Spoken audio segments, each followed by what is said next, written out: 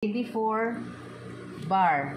Daling ikabit pagka 2 inches lang. Pag 2 and 1/2 malapad. Mas mahirap. Okay, how to prepare the cuff. How to prepare the cuff. 2 inches ang ating lapad sa cuff. 2 inches, walang allowance. And then 9 and 1/2 ang ating haba. Pero ang finish niya is 8. 1 inch allowance and 1/2 inch for the sewing.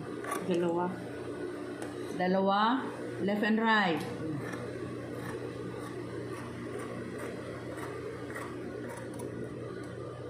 Isa lang ang ikakabit ko. Yung kabila sa iyo naman. Parang sa waistband lang. Take.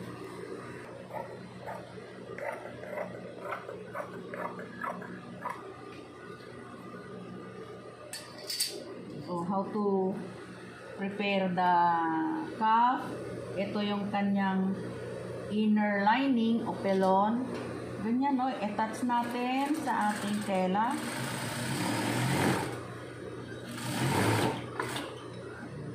Tapos, balot. And, ikot.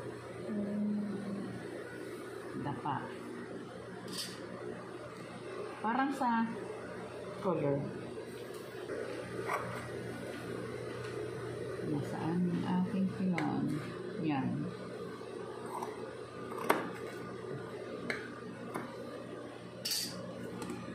Allowance din yan. I-stitch natin end to end.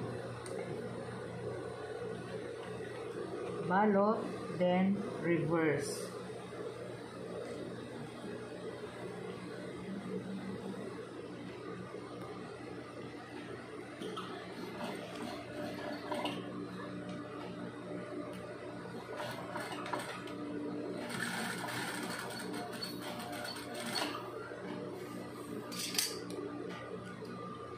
Magkabila. End to end.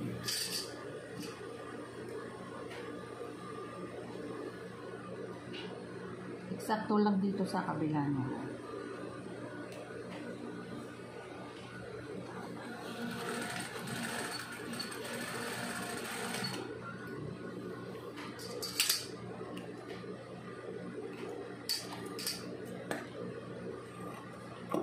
Then reverse.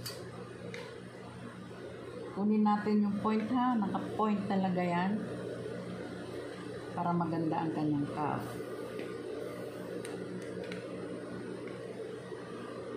And then, itap stitch na natin. Tap stitch.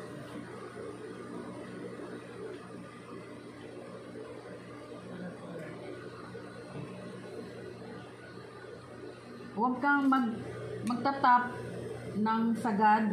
Lalayo tayo dito kasi pag nag-finish tayo, hindi natin maitiklop. So, away tayo ng 1/4. 1/8 lang ang stitch. Maliit lang. The smallest you can do.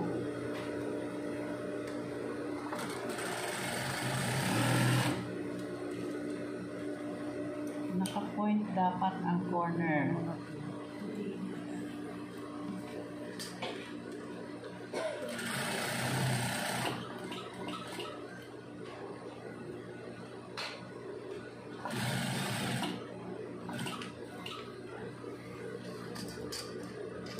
Yan. And then, mamarkingan na natin yung tapat ng cuff.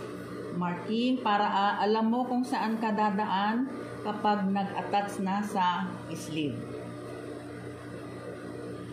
So, ang kanyang measurement, check natin, dapat ito ay 9.